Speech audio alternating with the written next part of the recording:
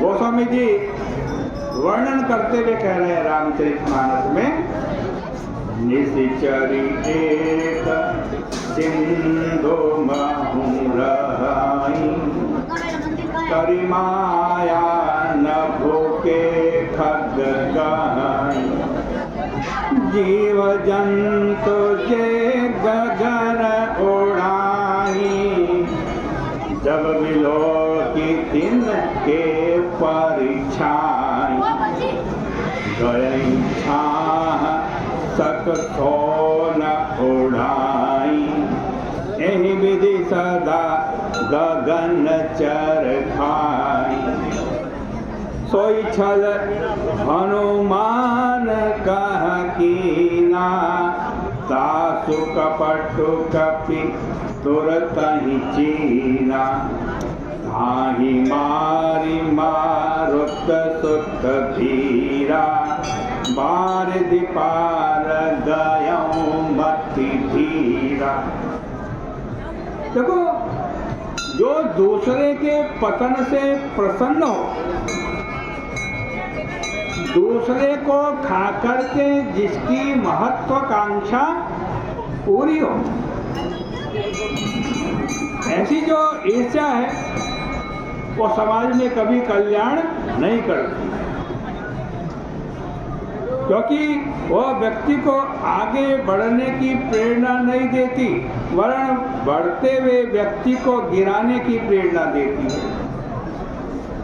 तो विंध्याचल के संदर्भ में भी व्यक्ति की प्रकाश पाने की जो इच्छा है वह ऊंची न होते हुए भी क्षम्य है, लेकिन प्रकाश न मिलने पर हम तुम्हारा प्रकाश दूसरों को भी नहीं मिलने देंगे, रोक देंगे। तुम अगर मेरी परिक्रमा नहीं करोगे तो तुम्हारा प्रकाश इस संसार में नहीं आने देंगे।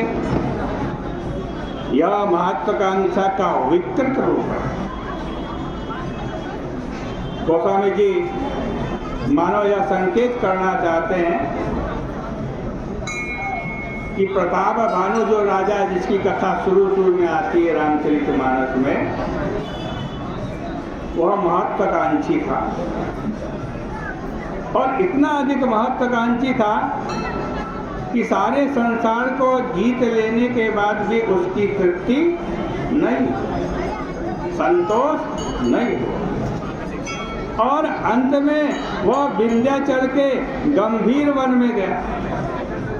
गंभीर वन को गोस्वामी जी रामायण में दो रूप में प्रस्तुत करते हैं। विनय पत्रिका का एक पद आपने पढ़ा होगा, जिसमें गोस्वामी जी कहते हैं, संसार कांतार अति घोर, गंभीर घन गहन, तरु कर्म संतुल मुरारी। संसार एक सघन वन है। संसार की तुलना वन से क्यों की गई?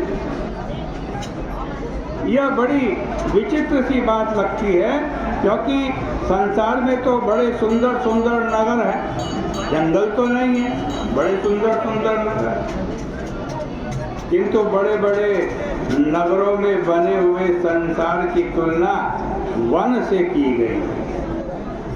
इसको यदि आध्यात्मिक दृष्टि से देखने की चेष्टा करें तो आपको लगेगा कि सचमुच हमारे आंतरिक जीवन का सत्य भी यही है। यद्यपि नगर में मार्ग का निश्चय करना सरल है, क्यों?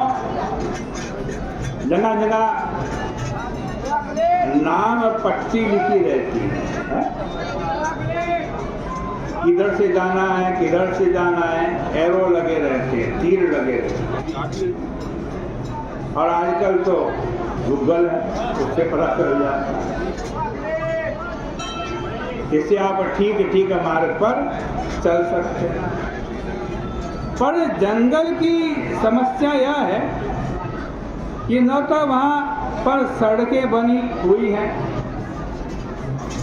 और न ही मार्ग निर्देशक पट्टिकाएं हैं, और न ही वो जंगल ऐसा है, न ही वहाँ पर इंटरनेट काम करता है। इसलिए वहाँ पर व्यक्ति के भटकने की बहुत अधिक संभावना है। तो संसार को कांतार कहने का अभिप्राय यह है कि जहाँ जीवन का सही मार्ग न खोजा जा सके वो संसार है। जहाँ भटकने की संभावना बनी हुई हो उसे हम नगर कैसे कहें, उसे तो जंगल ही कहें। प्रताप भानु के जीवन में महत्वाकांक्षा और संसार कांतार दोनों मिल गए। आगे चलकर का वर्णन आता है। उसने मृगों के ऊपर बाण का प्रहार करते हुए लक्ष्य पर सफलता प्राप्त की, और सफलता प्राप्ति के पश्चात सायंकाल को जब वो लौट रहा था तो अचानक उसके सामने एक सूकर आ गया। प्रताप भानु के सामने सूकर आ गया। वो सूकर बड़ा विशाल था, उसके दांत बड़े चमकीले। गोस्वामी जी ने वहाँ पर भी बड़े ही दार्शनिक साहित्यिक पद्धति से अपनी बात रखी। वे कहते हैं कि उसके दांत थे सफेद और उसका रंग था काला, तथा उस दृश्य को देखकर ऐसा लगता था कि जैसे राहु चंद्रमा को ग्रसने की चेष्टा कर रहा है। सफेद सफेद दांत चंद्रमा और उसका पूरा काला शरीर राहु। जनुवन दुरम सतही ग्रसिलाहु। सफेद दांत चंद्रमा की तरह है और उस सूकर का काला रंग का शरीर राहु की तरह। गोस्वामी जी आगे कथा का संकेत देते हुए मानो यह कहना चाहते हैं कि भाई संघर्ष का प्रारंभ हो गया, क्योंकि चंद्रमा और राहु में परस्पर द्वेष भावना ही विद्यमान है। उस दृश्य को जब प्रताप भानु ने देखा तो उसके मन में यही आया कि दिन भर तो मैंने शिकार खेला, लेकिन इतना बढ़िया सूकर तो कहीं नहीं दिखा। चलो इसको मारना चाहिए। इतना सोचकर उसने धनुष पर बाण चढ़ाकर उस सूकर पर चला दिया। महत्वाकांक्षी व्यक्ति की यही मनोवृत्ति होती है, क्योंकि उसे संतोष नहीं होता। उसे लगता है कि एक बार और लक्ष्य को जीत ले। किंतु प्रताप भानु के जीवन में आज पहली बार एक नया अनुभव हुआ, और भाई प्रताप भानु के जीवन में जो अनुभव हुआ वह हमारे आपके सबके जीवन का अनुभव है। कई व्यक्ति ऐसे होते हैं जिनके लिए कहा जाता है कि वे बड़े सफल हैं, पर क्या कोई बड़े से बड़ा सफल व्यक्ति यह दावा कर सकता है कि जीवन में हमें कभी विफलता का सामना नहीं करना पड़ेगा? ऐसा दावा तो कोई व्यक्ति नहीं कर सकता।